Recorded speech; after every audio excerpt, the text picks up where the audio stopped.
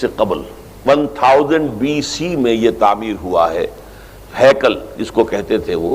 اور وہ آج کل اسے ٹیمپل کہتے ہیں، ٹیمپل آف سولومن، یعنی ہیکل سلیمانی یا معبد سلیمانی، ہم اسے مسجد اقصی کہیں گے، دور کی مسجد۔ اس کے بعد وہ یہ ہے کہ تقریباً 600 قبل مسیح میں 587 ایگزیکٹلی اس میں اس کو گرا دیا گیا نیبوکڈنیزر نے۔ پھر یہ کہ تقریباً 200 برس کے بعد دوبارہ بنائی گئی اسی جگہ پر، پھر اسے 70 عیسوی میں پھر گرا دیا گیا، وہ آج تک گری پڑی ہے۔ تو جب حضور صلی اللہ علیہ وسلم کو معراج ہوا ہے تو وہاں کوئی عمارت نہیں تھی، البتہ یہ کہ معلوم ہوتا ہے کہ ایک گرجا وہاں پر بنا دیا گیا تھا، اس لیے کہ یہ جب ہیڈریان نے اس کو آباد کیا دوبارہ سن 70 میں تو تباہ و برباد کر دیا تھا ٹائٹس رومی نے سن 70 عیسوی میں، حضرت عیسیٰ علیہ السلام کے رفع سماوی کے 40 برس کے بعد، تو اس نے گرا دیا اور پورا شہر ویران کر دیا۔ لیکن پھر 60-70 برس کے بعد وہ ایمپرر تھا ہیڈریان رومن ایمپرر، اس نے دوبارہ آباد کیا، اور دوبارہ آباد کیا تو اس کا نام ایلیا رکھا، اب یروشلم نہیں رہا۔ اور پھر یہ کہ جب سن 300 عیسوی میں جو ایمپرر کانسٹنٹائن تھا قسطنطین، وہ جب عیسائی ہو گیا تو اب یہ پوری مملکت عیسائی ہو گئی، تو پھر وہاں ایک گرجا تعمیر کر دیا گیا۔ اس گرجا میں حضرت عمر گئے تھے، جب انہوں نے ہینڈ اوور کیا ہے حضرت عمر کو وہاں کے عیسائیوں نے، تو جب حضرت عمر اس گرجا کے اندر ہی ابھی تھے، دیکھ رہے تھے جگہ، تو نماز ظہر کا وقت ہو گیا، تو حضرت عمر نے فرمایا کہ میرا نماز کا وقت ہے، تو انہوں نے کہا وہاں کے عیسائیوں نے کہ آپ یہیں پڑھ لیجیے، آپ نے فرمایا نہیں، اگر میں یہاں پڑھوں گا تو اسے پھر مسلمان مسجد بنا لیں گے۔ تو باپ باہر گئے اور اس قبۃ الصخرہ کے اوپر جا کے نماز پڑھی آپ نے۔ یہ جو اس وقت جو ڈوم نظر آتا ہے یہ ہے وہ چٹان، اور یہ بڑی اس کے اوپر گردہ وردہ پڑا ہوا تھا، کچرا وچرا تھا، اسے صاف کیا اور اس پر آپ نے نماز پڑھی، اس لیے کہ یہیں سے اصل میں معراج ہوا تھا حضور صلی اللہ علیہ وسلم کو۔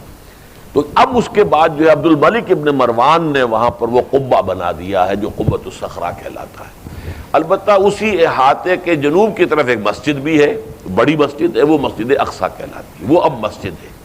یہ قبہ جو ہے بنیادی طور پر مسجد نہیں ہے، یہ تو یوں سمجھیے کہ جیسے کوئی ہمارے ہاں مقبرہ ہوتا ہے، درمیان میں قبر ہے، اس کے اوپر بڑا سا گنبد بنا دیا ہے، چاروں طرف جو ہے زائرین کے لیے جگہ ہے، ایسے ہی یہ وہ چٹان ہے۔ کہتے ہیں یہ چٹان جنت سے آئی تھی، جیسے کہ حجر اسود جو ہے جس کے بارے میں روایت ہے کہ جنت سے آیا ہوا ہے پتھر، اس طرح یہ چٹان بھی جنت کی ہے۔ بہرحال یہ بہت بڑی ایک چٹان تھی، بڑا پہاڑ کی مانند تھا یہ، جس کے اوپر کے پھر ہیکل بنایا تھا حضرت سلیمان نے۔ اب ہوتے ہوتے وہ چھوٹا رہ گیا ہے، جیسے کہ اب کوہ صفا کوہ مروہ اب کیا رہ گئے، کچھ بھی نہیں ہے، ان کا نشان ہے صرف کہ ہاں یہاں کبھی ایک پہاڑی ہوتی ہوگی جس کے کچھ پتھر جو ہیں وہ نظر آ رہے ہیں۔ اسی طرح سے وہ ایک چٹان ہے، اگرچہ بہت بڑی ہے کوہ صفا اور مروہ کے مقابلے میں، تو اس کے گرد ایک پلیٹ فارم سا بنا دیا گیا ہے اور اس کے اوپر یہ قبہ ہے۔ تو یہ ہے اصل میں جو کہ حرم الشریف کہلاتا ہے اس وقت، اور سارا جھگڑا جو ہے یہود کا اور مسلمانوں کا وہ اس پر ہے۔ ورنہ یہودی اہود بیراق جو ہے، جو یہودی وزیر اعظم ہے اس وقت، اس نے یہ آفر تو کر لی تھی کہ ٹھیک ہے مسجد اقصی موجود رہے اور اس کے اوپر جو ہے کنٹرول بھی فلسطینی مسلمانوں کا رہے، لیکن یہ قبۃ الصخرہ پر نہیں ہے، اس لیے کہ یہ ہے وہ جگہ جہاں انہیں اس کو گرا کر اور اپنا تھرڈ ٹیمپل تعمیر کرنا ہے۔